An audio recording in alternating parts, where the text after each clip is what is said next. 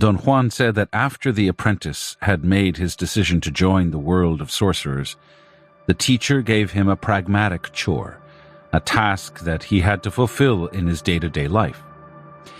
He explained that the task, which is designed to fit the apprentice's personality, is usually a sort of far-fetched life situation, which the apprentice is supposed to get into as a means of permanently affecting his view of the world. In my own case, I understood the task more as a lively joke than as a serious situation. As time passed, however, it finally dawned on me that I had to be earnest about it. After the apprentice has been given his sorcery task, he's ready for another type of instruction, he proceeded. He is a warrior, then. In your case, since you are no longer an apprentice, I taught you the 3 techniques that help dreaming: disrupting the routines of life, the gate of power, and not doing. You were very consistent, dumb as an apprentice and dumb as a warrior. You dutifully wrote down everything I said and everything that happened to you, but you did not act exactly as I had told you to, so I still had to blast you with power plants. Don Juan then gave me a step-by-step rendition of how he had driven my attention away from dreaming, making me believe that the important problem was a very difficult activity he had called not doing, which consisted of a perceptual game of focusing attention on features of the world that were ordinarily overlooked, such as the shadows of things. Don Juan said that his strategy had been to set not doing apart by imposing the most strict secrecy on it. Not doing, like everything else, is a very important technique, but it was not the main issue, he said. You fell for the secrecy. You, a blabbermouth, having to keep a secret. He laughed and said that he could imagine the troubles I must have gone through to keep my mouth shut. He explained that disrupting routines, the gate of power, and not doing were avenues for learning new ways of perceiving the world, and that they gave a warrior an inkling of incredible possibilities of action. Don Juan's idea was that the knowledge of a separate and pragmatic world of dreaming was made possible through the use of those 3 techniques. Dreaming is a practical aid devised by sorcerers, he said. They were not fools. They knew what they were doing and sought the usefulness of the nagual by training their tonal to let go for a moment, so to speak, and then grab again. This statement doesn't make sense to you, but that's what you've been doing all along. Training yourself to let go without losing your marbles. Dreaming, of course, is the crown of the sorcerer's efforts, the ultimate use of the nagual. He went through all the exercises of not doing that he had made me perform, the routines of my daily life that he had isolated for disrupting, and all the occasions when he had forced me to engage in the gate of power. We're coming to the end of my recapitulation, he said. Now we have to talk about Genaro. Don Juan said that there had been a very important omen the day I met Don Genaro. I told him that I couldn't remember anything out of the ordinary. He reminded me that on that day we had been sitting on a bench in a park. He said that he had mentioned earlier to me that he was going to wait for a friend I had never met before, and then when the friend appeared, I singled him out without any hesitation in the midst of a huge crowd. That was the omen that made them realize that Don Genaro was my benefactor. I remembered when he mentioned it that as we sat talking, I had turned around and seen a small, lean man who radiated an extraordinary vitality or grace or simple gusto. He had just turned a corner into the park. In a joking mood, I told Don Juan that his friend was approaching us and that he was most certainly a sorcerer, judging by the way he looked. Genaro recommended what to do with you from that day on, Don Juan proceeded. As your guide into the nagual, he gave you impeccable demonstrations, and every time he performed an act as a nagual, You were left with a knowledge that defied and bypassed your reason. He disassembled your view of the world, although you are not aware of that yet. Again, in this instance, you behaved just like in the case of the power plants. You needed more than was necessary. A few of the nagual's onslaughts should be enough to dismantle one's view. But even to this day, after all the nagual's barrages, your view seems invulnerable. Oddly enough, that's your best feature. All in all, then, Genaro's job has been to lead you into the nagual. But here we have a strange question. What was being led into the nagual? He urged me with a movement of his eyes to answer the question. My reason? I asked. No, reason is meaningless there, he replied. Reason craps out in an instant when it is out of its safe, narrow bounds. Then it was my tonal, I said. No, the tonal and the nagual are the two inherent parts of ourselves, he said dryly. They cannot be led into each other. My perception? I asked. You've got it, he yelled, as if I were a child giving the right answer. We're coming now to the sorcerer's explanation. I've warned you already that it won't explain anything, yet. He paused and looked at me with shiny eyes. This is another of the sorcerer's tricks, he said. What do you mean? What's the trick? I asked with a touch of alarm. The sorcerer's explanation, of course, he replied. You'll see that for yourself, but let's continue with it. Sorcerers say that we are inside a bubble. It is a bubble into which we are placed at the moment of our birth. At first, the bubble is open, but then it begins to close until it has sealed us in. That bubble is our perception. We live inside that bubble all of our lives, and what we witness on its round walls is our own reflection. He lowered his head and looked at me askance. He giggled. You're goofing, he said. You're supposed to raise a point here.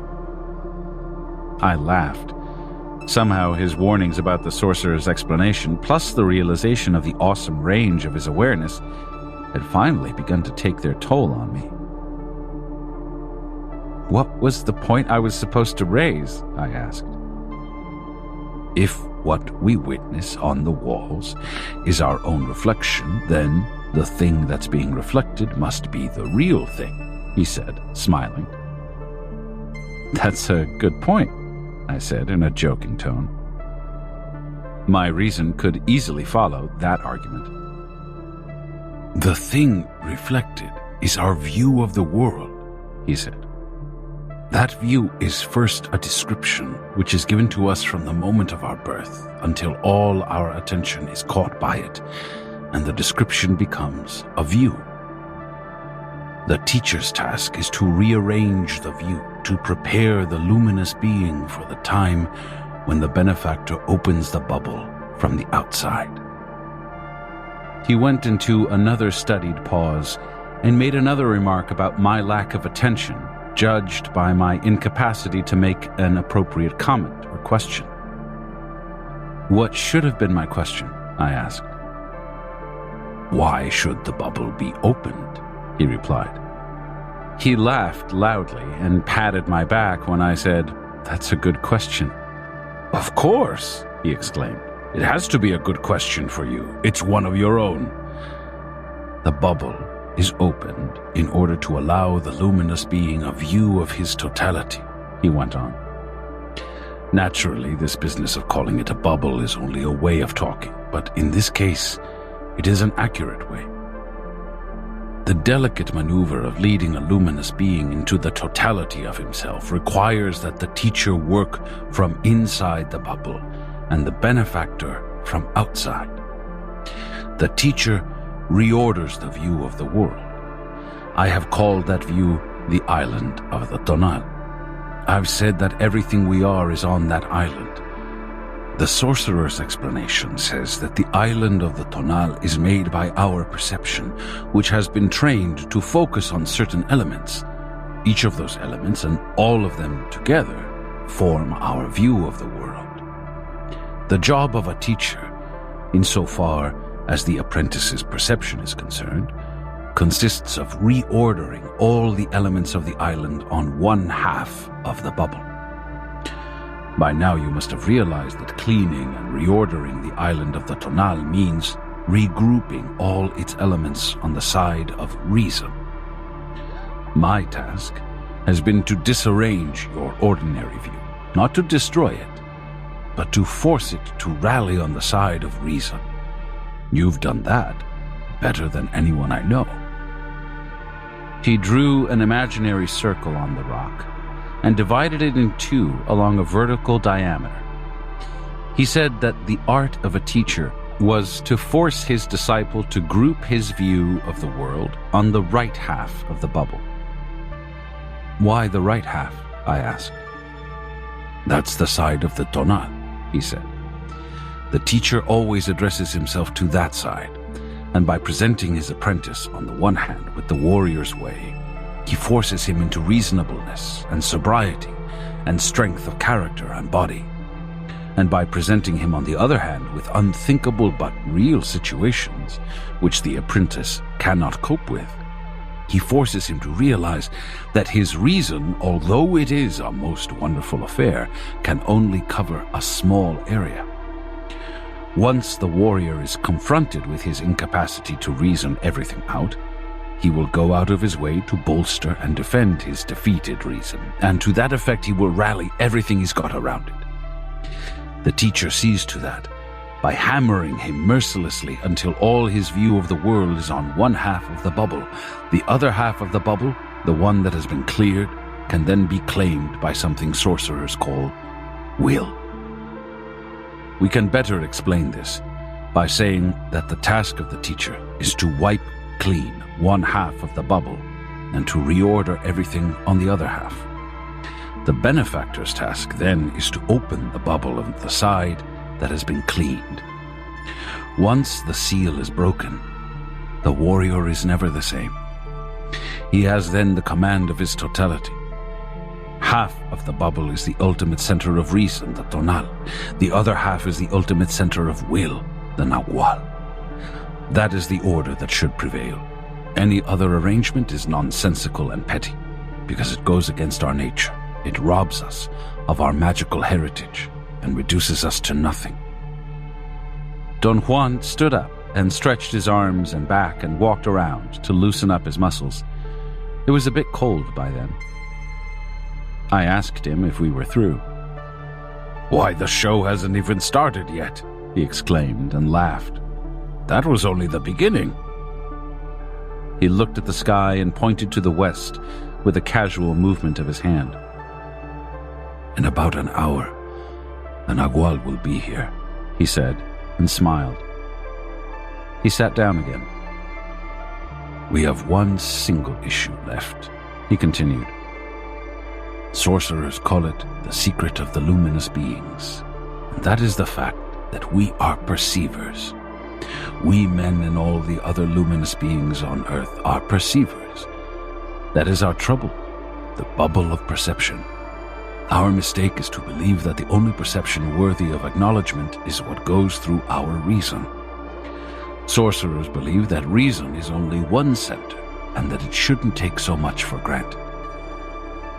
Genaro and I have taught you about the 8 points that make the totality of our bubble of perception. You know 6 points. Today, Genaro and I will further clean your bubble of perception, and after that, you will know the 2 remaining points." He abruptly changed the topic and asked me to give him a detailed account of my perceptions of the day before, starting from the point where I saw Don Genaro sitting on a rock by the road. He didn't make any comments or interrupt me at all. When I had finished, I added an observation of my own. I had talked to Nestor and Pablito in the morning, and they had given me accounts of their perceptions, which were similar to mine. My point was that he himself had told me that the nagual was an individual experience which only the observer can witness. The day before, there were 3 observers, and all of us had witnessed more or less the same thing. The differences were expressed only in terms of how each of us felt or reacted to any specific instance of the whole phenomena. What happened yesterday was a demonstration of the nagual for you and for Nestor and Pablito. I'm their benefactor. Between Genaro and myself, we cancelled out the center of reason in all 3 of you. Genaro and I had enough power to make you agree on what you were witnessing. Several years ago, you and I were with a bunch of apprentices one night, but I didn't have enough power by myself alone to make all of you witness the same thing. He said that, judging by what I had told him, I had perceived the day before, and from what he had seen about me, his conclusion was that I was ready for the sorcerer's explanation. He added that so was Pablito, but he was uncertain about Nestor. To be ready for the sorcerer's explanation is a very difficult accomplishment, he said. It shouldn't be, but we insist on indulging in our lifelong view of the world. In this respect, you and Nestor and Pablito are alike. Nestor hides behind his shyness and gloom, Pablito behind his disarming charm. You hide behind your cockiness and words. All are views that seemed to be unchallengeable, and as long as you 3 persist in using them, your bubbles of perception have not been cleared, and the sorcerer's explanation will have no meaning. In a spirit of jest, I said that I had been obsessed with the famous sorcerer's explanation for a very long time, but the closer I got to it, the further it seemed to be. I was going to add a joking comment when he took the words right out of my mouth. Wouldn't it be something if the sorcerer's explanation turns out to be a dud? He asked in the midst of loud laughter. He patted me on the back and seemed to be delighted, like a child anticipating a pleasant event. Genaro is a stickler for the rule, he said in a confiding tone. There's nothing to this confounded explanation.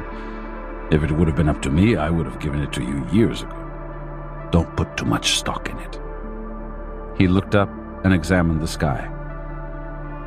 Now you are ready, he said in a dramatic and solemn tone.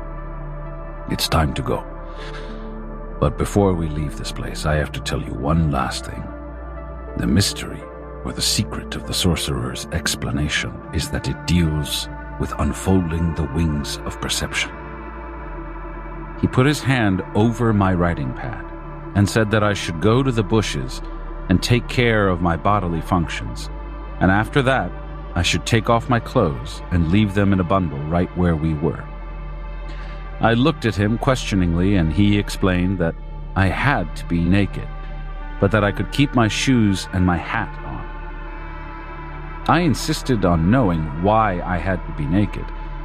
Don Juan laughed and said that the reason was rather personal and had to do with my own comfort, and that I myself had told him that that was the way I wanted it. His explanation baffled me. I felt that he was playing a joke on me, or that, in conformity with what he had revealed to me, he was simply displacing my attention. I wanted to know why he was doing that. He began to talk about an incident that had happened to me years before while we had been in the mountains of northern Mexico with Don Genaro. On that occasion, they were explaining to me that reason could not possibly account for everything that took place in the world. In order to give me an undeniable demonstration of it, Don Genaro performed a magnificent leap as a nagual and elongated himself to reach the top of some peaks 10 or 15 miles away. Don Juan said that I missed the issue, and that as far as convincing my reason was concerned, Don Genaro's demonstration was a failure, but from the point of view of my bodily reaction, it was a riot. The bodily reaction that Don Juan was referring to was something which was very vivid in my mind. I saw Don Genaro disappear in front of my very eyes as if a wind had swished him away. His leap, or whatever he had done, had had such a profound effect on me that I felt as if his movement had ripped something in my intestines. My bowels became loose, and I had to throw away my pants and shirt. My discomfort and embarrassment knew no limits. I had to walk naked, wearing only a hat, on a heavily trafficked highway until I got to my car. Don Juan reminded me that it was then that I'd told him not to let me ruin my clothes again. After I'd taken my clothes off, we walked a few hundred feet to a very large rock overlooking the same ravine. He made me look down. There was a drop of over 100 feet. He then told me to turn off my internal dialogue and listen to the sounds around us. After a few moments, I heard the sound of a pebble bouncing from rock to rock on its way down to the bottom of the ravine. I heard every single bounce of the pebble with inconceivable clarity. Then, I heard another pebble being thrown, and another one yet. I lifted my head to align my left ear to the direction of the sound and saw Don Genaro sitting on top of the rock 12 or 15 feet from where we were. He was casually tossing pebbles down into the ravine. He yelled and cackled when I saw him, and he said that he'd been hiding there waiting for me to discover him. I had a moment of bafflement. Don Juan whispered in my ear repeatedly that my reason was not invited to that event, and that I should give up the nagging desire to control everything. He said that the nagual was a perception only for me, and that was the reason Pablito had not seen the nagual in my car.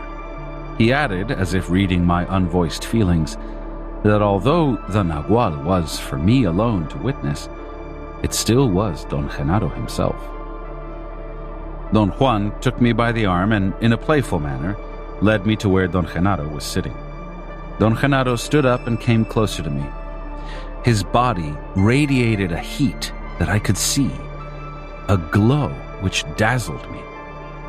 He came to my side, and without touching me, he put his mouth close to my left ear and began to whisper. Don Juan also began whispering in my other ear. Their voices were synchronized. They were both repeating the same statements. They said that I should not be afraid, and that I had long, powerful fibers which were not there to protect me, for there was nothing to protect or to be protected from, but that they were there to guide my nagual's perception in very much the same way my eyes guided my normal tonal's perception. They told me that my fibers were all around me, that through them I could perceive everything at once, and that one single fiber was enough for a leap from the rock into the ravine, or up from the ravine to the rock. I had listened to everything they had whispered. Every word seemed to have had a unique connotation for me. I could retain every utterance and then play it back as if I were a tape recorder. They both urged me to leap to the bottom of the ravine. They said that I should first feel my fibers, then isolate one that went all the way down to the bottom of the ravine and follow it. As they spoke their commands, I actually could match their words with adequate feelings. I sensed an itching all over me, especially a most peculiar sensation which was indiscernible in itself but approximated the sensation of a long itching. My body could actually feel the bottom of the ravine, and I sensed that feeling as an itching in some undefined area of my body. Don Juan and Don Genaro kept on coaxing me to slide through that feeling, but I didn't know how. I then heard Don Genaro's voice alone. He said that he was going to jump with me. He grabbed me, or pushed me, or embraced me, and plunged with me into the abyss. I had the ultimate sensation of physical anguish. It was as if my stomach was being chewed and devoured. It was a mixture of pain and pleasure of such intensity and duration that all I could do was to yell and yell at the top of my lungs. When the sensation subsided, I saw an inextricable cluster of sparks and dark masses, beams of light and cloud-like formations. I couldn't tell whether my eyes were open or closed, or where my eyes were, or where my body was, for that matter. Then I sensed the same physical anguish, although not as pronounced as the first time, and next I had the impression I had woken up, and I found myself standing on the rock with Don Juan and Don Genaro. Don Juan said that I had goofed again, that it was useless to leap if the perception of the leap was going to be chaotic. Both of them repeated countless times in my ears that the nagual by itself was of no use, that it had to be tempered by the tonal. They said that I had to leap willingly and be aware of my act. I hesitated, not so much because I was afraid, but because I was reluctant. I felt my vacillation, as if my body were swinging from side to side like a pendulum. Then some strange mood overtook me, and I leaped with all my corporealness. I wanted to think as I took the plunge, but I couldn't. I saw, as if through a fog, the walls of the narrow gorge and the jutting rocks at the bottom of the ravine. I didn't have a sequential perception of my descent. I had instead the sensation that I was actually on the ground at the bottom. I distinguished every feature of the rocks in a short circle around me. I noticed that my view wasn't unidirectional and stereoscopic from the level of the eyes, but flat and all around me. After a moment, I panicked, and something pulled me up like a yo-yo. Don Juan and Don Genaro made me perform the leap over and over. After every jump, Don Juan urged me to be less reticent and unwilling. He said time and time again that the sorcerer's secret in using the nagual was in our perception, that leaping was simply an exercise in perception, and that it would end only after I had succeeded in perceiving, as a perfect tonal, what was at the bottom of the ravine. At one moment, I had an inconceivable sensation. I was fully and soberly aware that I was standing on the edge of the rock with Don Juan and Don Genaro whispering in my ears, and then in the next instant I was looking at the bottom of the ravine. Everything was perfectly normal. It was almost dark by then, but there was still enough light to make everything absolutely recognizable, as in the world of my everyday life. I was watching some bushes when I heard a sudden noise, a rock rolling down. I saw instantly a good-sized rock tumbling down the wall of the ravine towards me. In a flash, I also saw Don Genaro throwing it. I had an attack of panic, and an instant later I had been pulled back to the site on top of the rock. I looked around. Don Genaro wasn't there anymore. Don Juan began to laugh and said that Don Genaro had left because he couldn't stand my stench. I then had the embarrassing realization that I was truly a mess. Don Juan had been right in making me take my clothes off. He walked me to a stream nearby and washed me like a horse, scooping water with my hat and throwing it at me, while he made hilarious comments about having saved my pants.